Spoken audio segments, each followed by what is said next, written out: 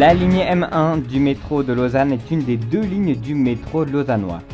Avec une longueur de 7,79 km, elle constitue une voie de communication est-ouest majeure pour la ville, bien qu'étant la moins fréquentée des deux lignes du réseau avec 13,896 millions de voyageurs en 2018, elle dessert le campus de Dorigny, où se situe l'UNIL et le PFL.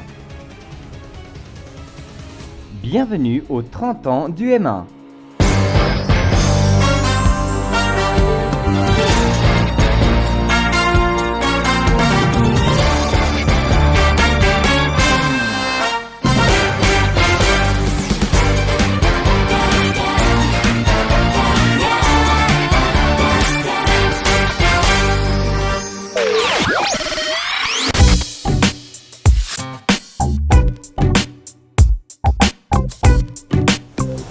Bonjour à toutes et à tous, il est 15h, bienvenue pour ce 5e épisode des 30 ans du M1.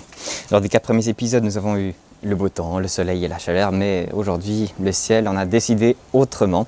C'est pourquoi nous avons dû revoir l'organisation des enregistrements des 4 derniers épisodes.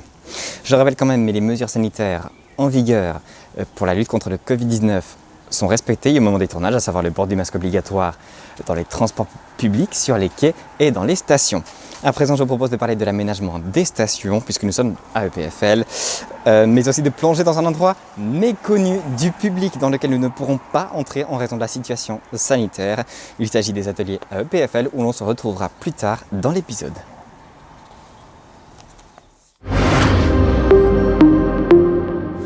La ligne M1 compte 15 stations, dont 3 souterraines sont construites sur le même modèle et à l'exception des 3 stations de Provence, Unil-Sorge et Bassange, sont toutes en voie double afin de permettre aux trains de se croiser. Les quais sont à une hauteur de 95 mètres afin de permettre d'accéder de plein pied au plancher des BEM 4-6. Ils sont longs de 65 mètres, ce qui permet d'accueillir des compositions formées de 2 automotrices couplées. Certaines stations ne sont pas accessibles aux personnes à mobilité réduite. Il s'agit de la station Bourdonnette et Montélier en direction de Lausanne-Flon et de Malais en direction de Renan-Gare.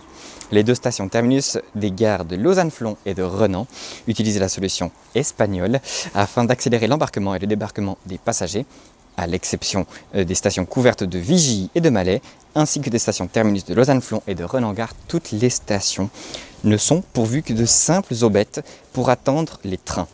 Toutes les stations sont équipées de distributeurs automatiques de titres de transport identiques à ceux présents sur l'ensemble du réseau DTL. 3 stations ont changé de nom au fil du temps. Chaudron a été rebaptisé Vigie, la date est inconnue. Moulines est devenu Unil-Moulines le 12 décembre 2010, et Unil d'Origny est renommé Unil-Chambéronne le 3 juillet 2017. Lors de l'été 2013, du 22 juillet au 25 août, la station EPFL est rénovée avec la construction annexe du Swiss Tech Convention Center de l'EPFL. Elle dispose désormais d'un quai propre à chaque voie pour Renan-Gare et Lausanne-Flon respectivement, afin de mieux absorber l'important flux d'usagers de cette station. Des travaux sont toutefois déjà entrepris au printemps de la même année dans le but de pouvoir faciliter ceux de l'été. Un centre commercial attenant à la voie 1, au quai de la voie 1, est construit en même temps. Les travaux impliquent entre autres la réduction de la cadence du métro à 10 minutes, voire une interruption totale de la circulation entre Renan et Unil-Moulines. La nouvelle station fonctionnelle mais pas encore pleinement terminée est mise en service le 26 août 2013. Le passage à niveau situé en bout des quais à l'est de la station est supprimé pour être remplacé par un passage sur voie doté d'escaliers et d'un ascenseur pour les personnes à mobilité réduite. La pose de la passerelle, amenée par camion en convoi exceptionnel de par sa largeur, a eu lieu les 4 et 5 octobre 2013. Entre le 1er mai et le 5 novembre 2017, 9 stations voient leur équipement rénové, bornes d'information, nouvel éclairage, etc. Il s'agit des stations Provence, Bourdonnette, Unil-Chambéronne, Unil-Moulines, Unil-Sorge, Bassange, Cerizay, Crochy et Épernay. Si pour les stations possédant 2 voies, les travaux se font de façon à ne neutraliser qu'une seule voie à la fois, pour les 3 stations ne possédant qu'une, Bassange, Unil-Sorge et Provence, une fermeture totale est nécessaire. Chaque rénovation dure environ 1 mois. La fréquence de passage varie de 5 à 15 minutes selon les heures et est limitée actuellement par la capacité limitée de la ligne construite à voie unique. Les métros ne peuvent dès lors se croiser que dans les stations qui comportent 2 voies. L'autre défaut de ce choix de construction est le manque d'absorption des retards. Ainsi, une rame retenue à une station, ne serait-ce qu'une minute, entraînera un retard équivalent pour la rame en attente à la station suivante, mais dans la circulation opposée.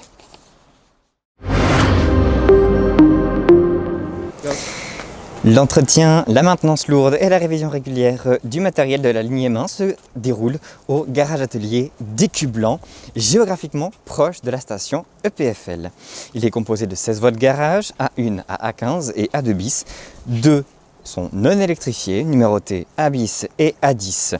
La seconde servant à garer le matériel de service et 4 voies couvertes A1 à A4. La première étant équipée d'une fosse et d'équipements de peinture. Et pour finir, la voie A15 sert au lavage des rames. Les voies A10 à A15 ne sont pas d'origine et ont été construites ultérieurement.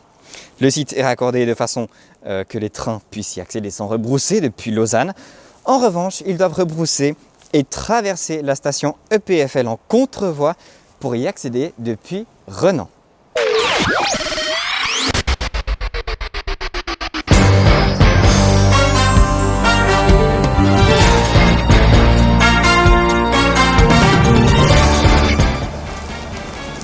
C'est la fin de cet épisode 5, merci de l'avoir suivi, on se retrouve demain matin à 9h15. Je vous souhaite une belle fin de journée et un bon dimanche sur Rivière FM. À demain.